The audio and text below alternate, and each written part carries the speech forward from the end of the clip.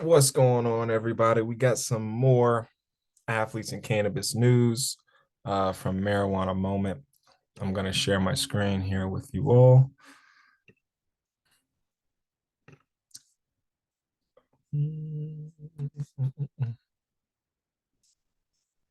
All right, there we go. All right, so here we go.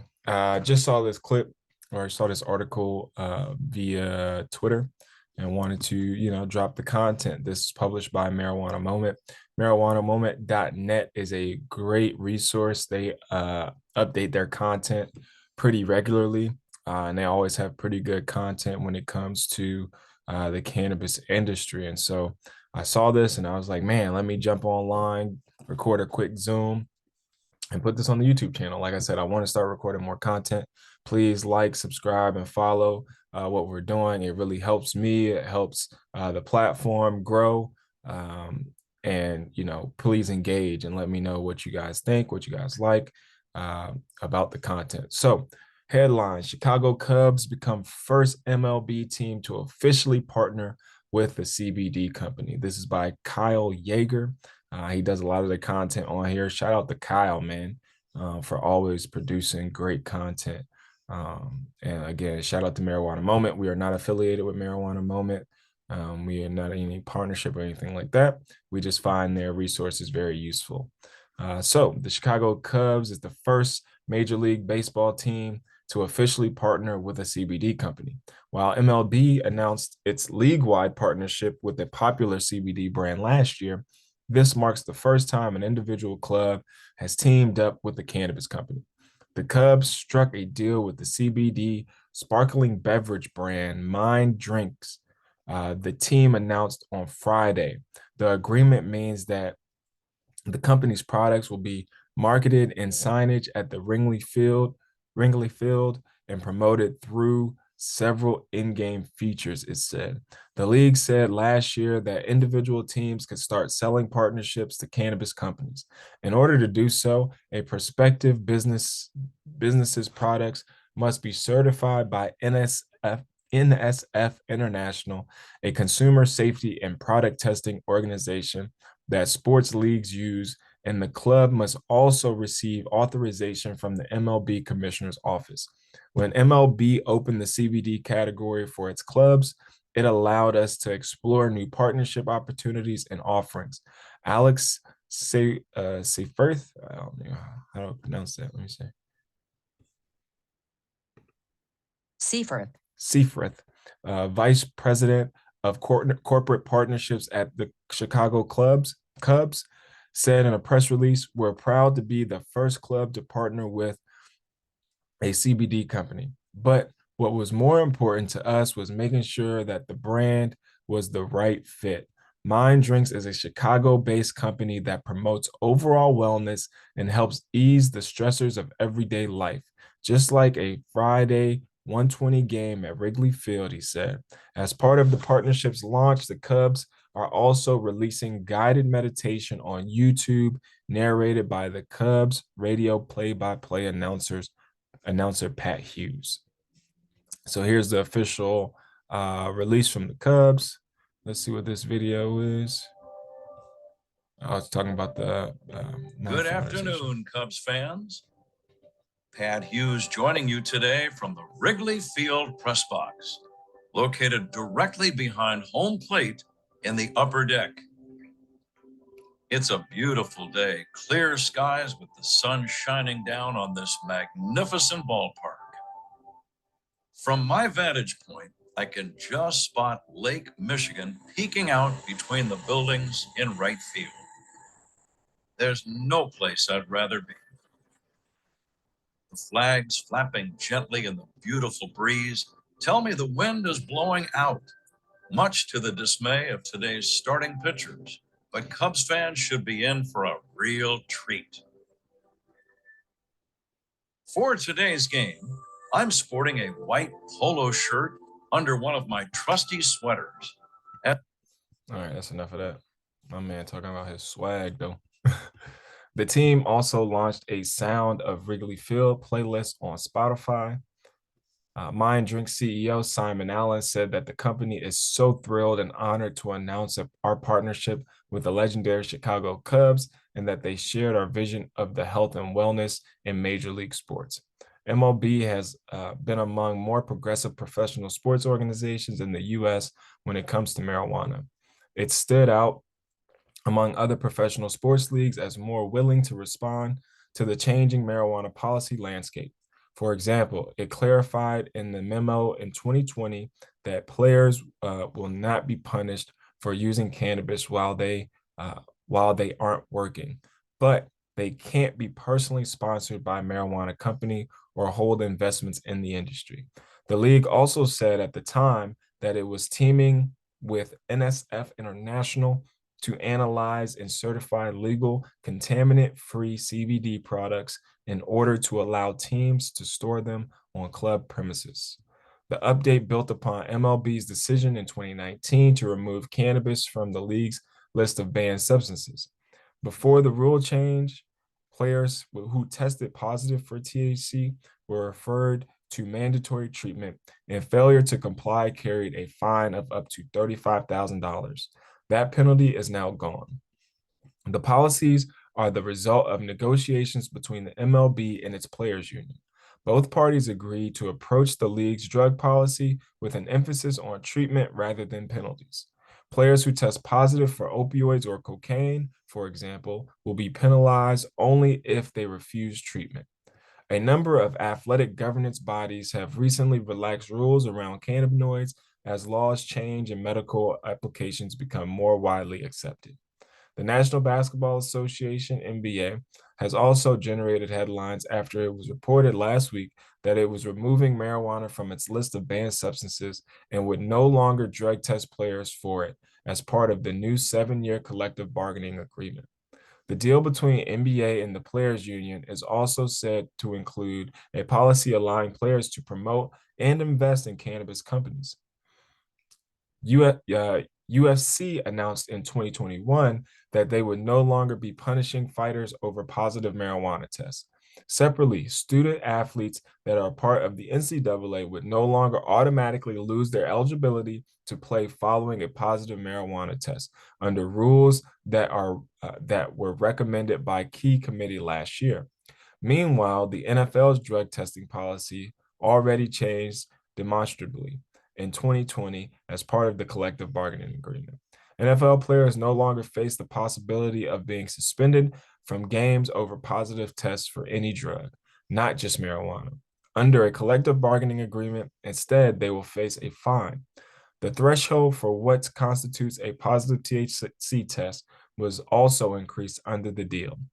Marijuana icon Snoop Dogg, who was featured at the Super Bowl halftime show last year, where an ad separately aired that indirectly supported legalization and argued the sports league needs to stop testing players for marijuana and allow them to use it as an alternative to prescription opioids.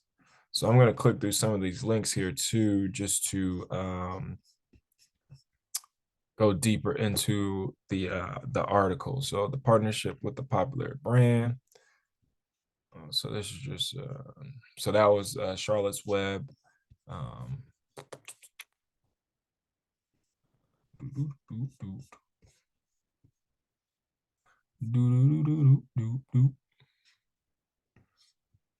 Let's see, I'm trying to find where I'm at. All right, there we go.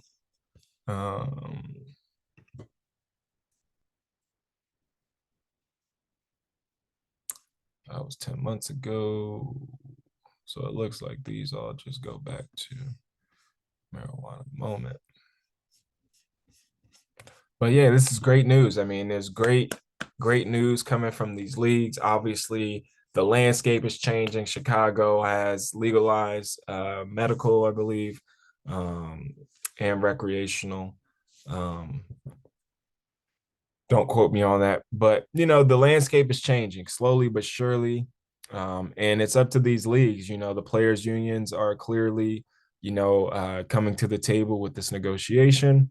And hopefully that, the more that the leagues continue to empower and encourage, the players for, health and safety. I mean, cannabis is really, again, it's about the health and well-being of the athletes. Athletes have been known to consume alcohol, consume other illicit drugs, opioids. Athletes get prescribed opioids all the time for pain management. Athletes have injuries all the time. They have surgeries all the time. So it's common for athletes to have tons of pain pills and access to pain pills. These players have team doctors where they can easily go to the team doctor and say, hey, I'm dealing with some pain. I'm dealing with this. I'm dealing with that. And it's nothing for the team doctor to write a script for opioids. But we know that opioids can be addictive. And we know that, a lot of times mixing opioids with alcohol is a dangerous combination. We also know cocaine, heroin, there's other types of drugs out there that athletes have consumed. And cannabis has been one of the least damaging, to the players, even though, players have lost careers behind it, players get fined behind it, players have been characterized by it, so it's great to see the MLB, the NFL, NBA, NCAA taking a stand and making some rule changes. So as a former player, former NCAA Division I All-American athlete, I love to see it. As a former NFL free agent, I love to see it. For the players and for the growth of the game. Somebody tweeted at me earlier, like, I hope that, the NBA players being able to smoke doesn't make the game boring. And, all I said was that the players have been smoking. These rules haven't stopped the players from smoking or consuming cannabis. They've just had to be smarter about it. They just had to be more aware, so that hasn't stopped the game from being born, and cannabis really helps. It's probably going to make the game better because players are going to feel better, going to feel healthier. They're not going to have as much inflammation. They might have you might be able to clear some of the brain fog out, so cannabis is definitely going to help assist the game, in a major way.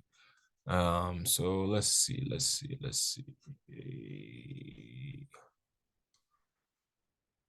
Mm-hmm.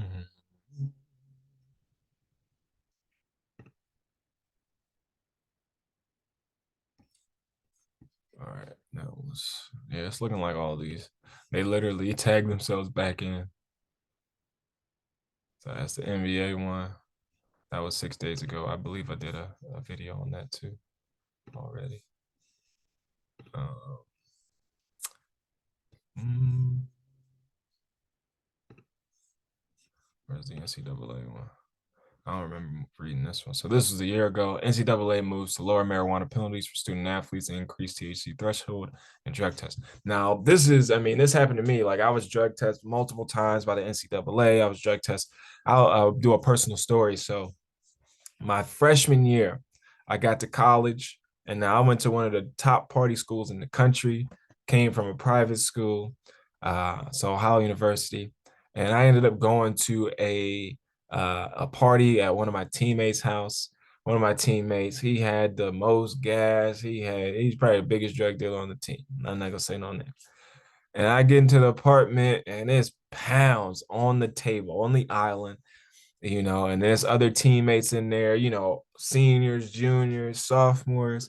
So I'm like, damn, the whole team smoke. You know what I mean? Like, you come in, you like, yo, you tiptoeing, you don't want to be, So you walk in, I walk in the joint, I'm like, damn, the whole team smoke. It was other basketball players there.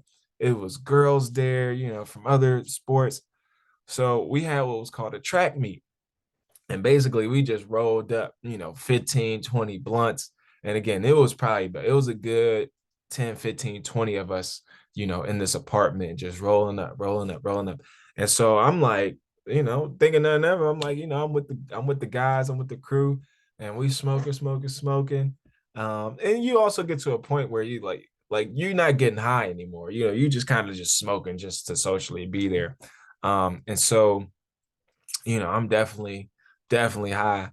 And the very next day, I get a call from my team trainer, and I didn't pick up the call. I didn't pick up the phone because everybody knows, like, if you get a random call from the trainer, that's something up. I wasn't injured, I wasn't hurt. And so random call, he leaves a message like, "Hey Gerald, we're going to need you to come in and we're drug testing." You know what I mean? And I'm like, freak, like, what am I gonna do? You know what I mean? Like, I came in as a pretty big recruit from my school. I was a clean cut kid, private school, two-parent household, both of my parents government workers, you know what I mean? So like I didn't want nothing bad on my name, especially not my freshman year. You don't want the coaches to think, you don't want no character flaws, right? I wasn't playing yet. I haven't really established myself yet as a player. And so I'm nervous, man. I'm just nervous. Like, man, like, what am I gonna do? And granted, I redshirted. So like I wasn't even playing yet. And so at the time, like you get drug tested by the team, it was really like a slap on the wrist. Depending on who you was, like if you failed the drug test, like for weed, you might have to miss like a quarter, 2 quarters, a half, and you back on the team. But again, once you have that stigma, it kind of it follows you, and then you're gonna keep getting kind of drug tests. They're gonna put you in a program. Do we have a problem? And so, I'm just nervous, man. I'm like, and again, like at this time, I'm 6'1", 190, 195, 4, 6% body fat. So I'm like, damn, like, what am I going to do? I'm freaking out, freaking out, freaking out. And now we had a heady shop. I went to the heady shop, bought like an extra large detox drink. Um, I made sure I ate, made sure I was eat or drinking like apple juice, orange juice, trying to drink acidic, drinks. I ended up training. We had a morning workout. So I went to my morning workout, sweated, went to practice, sweated it out. And then, it was time for the piss test. And I was like, you walk in, I'm like, fuck, like, what am I going to do? Walk into the piss test, pee into the cup, give it back to the trainer, and then it's like it's up to the coaches. And then I'm telling all my teammates, because now I'm like, yo, stop smoking. Like once they start drug testing, they're gonna drug test at least a few different people. So you let people know, so people know to stop smoking, you know what I mean, to clear their piss. And so, peed in the cup, and they don't tell you anything unless you fail. So a few days go by, people like, yo, have you heard anything? Like, I'm like, nah, I ain't get no call, no text. I ain't get called in the coach's office. I ain't get called in the training room. So I'm like, man, like nervous, you know what I mean? A week go by, nothing. 2 weeks go by, nothing. 3 weeks go by, nothing. So I'm like, dang, I'm in the clear. And so that it was at that point where I was like, man, I'm not gonna smoke in season. So then I had just started really consuming outside of season, spring ball. I would very rarely consume in season. But it was at that point where I was like, like this is wrong. You know what I mean? First of all, you just feel like a mule getting drug tests. The NCAA drug test though is different. I got drug tests for them too. And the thing with the NCAA at the time, obviously the rules have changed, but this was over a decade ago when I played. If you failed a drug test, you lost the season. And if you fail to drug test, like they drug test during the season, and then they drug test championship and bowl game. If you fail the championship and bowl game, you lose a whole season, and you have to sit out like the bowl game. So I saw we had a couple guys that failed drug tests and they lost their senior season. They were juniors, ballers, lost the senior season. Then that goes to the NFL. You know what I mean? So it's a lot of guys who lost career opportunities, big money opportunities behind it. But cannabis really helps. When you're an athlete and you're dealing with so much pain, so much stress, anxiety, guys dealing with PTSD because they come from communities hit hard by just a lot of stuff. And so for me personally, I've been really pushing for it. I've been quiet, relative to what's going on because it's just not a lot of support out there for, guys to come out and be mainstream about it. And so that's why I really started Athletes in Cannabis, was to hopefully, create a platform that people felt comfortable and confident coming and sharing their stories about cannabis, how cannabis has helped them, and et cetera. So I'm glad to see these leagues changing, but that's just my personal story. But yeah, it was crazy. Let's read this article. This came out a year ago. Student athletes that are part of the NCAA would no longer automatically lose their eligibility to play following a positive marijuana test under rules that are being recommended by a key committee. Additionally, the NCAA Committee on Competitive Safeguards and Medical Aspects of Sports, CSMAS, said that effective immediately, the THC threshold that constitutes a positive test is being increased from 35 to 150 nanograms per milliliter, aligning the organization's policy with that of the World Anti-Doping Agency. Members have spent the last few months discussing potential changes to the NCAA cannabis rules. And the decision to recommend greater leniency is consistent with conversations that have been ongoing in multiple professional sports leagues as more states move to enact legalization. Reconsidering the NCAA approach to cannabis testing and management is consistent with feedback from membership on how to better support and educate student athletes in a society with rapidly evolving public health and cultural views regarding cannabis use. Brian Hainline, NCAA's chief medical officer, said in a press release. Marijuana is not considered a performance-enhancing substance, but it remains important for member schools to engage student athletes regarding substance use prevention and provide management and support when appropriate, he said. While the committee's eligibility recommendations is not binding, it urges each of the NCAA's 3 divisions to adopt them into their respective bylaws. For the first positive THC test, CSMAS said there should be no loss of eligibility as long as the school provides a management plan and education for the student athlete.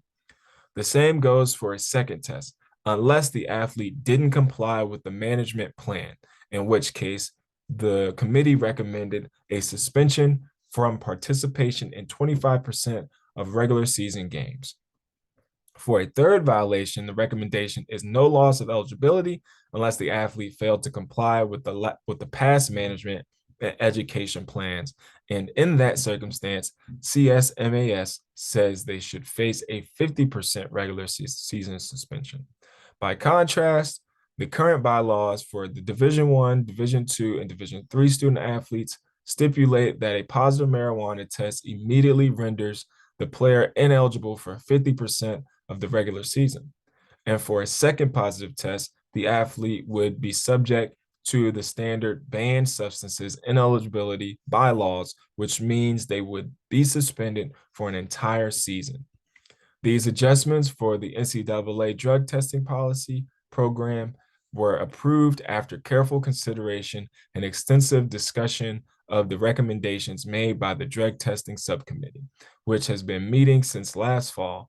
CSMAS Chair Stephanie Chu said, the updated cannabis testing policy creates a clear pathway for student athletes to participate in education and management programs specific to their needs at the campus level.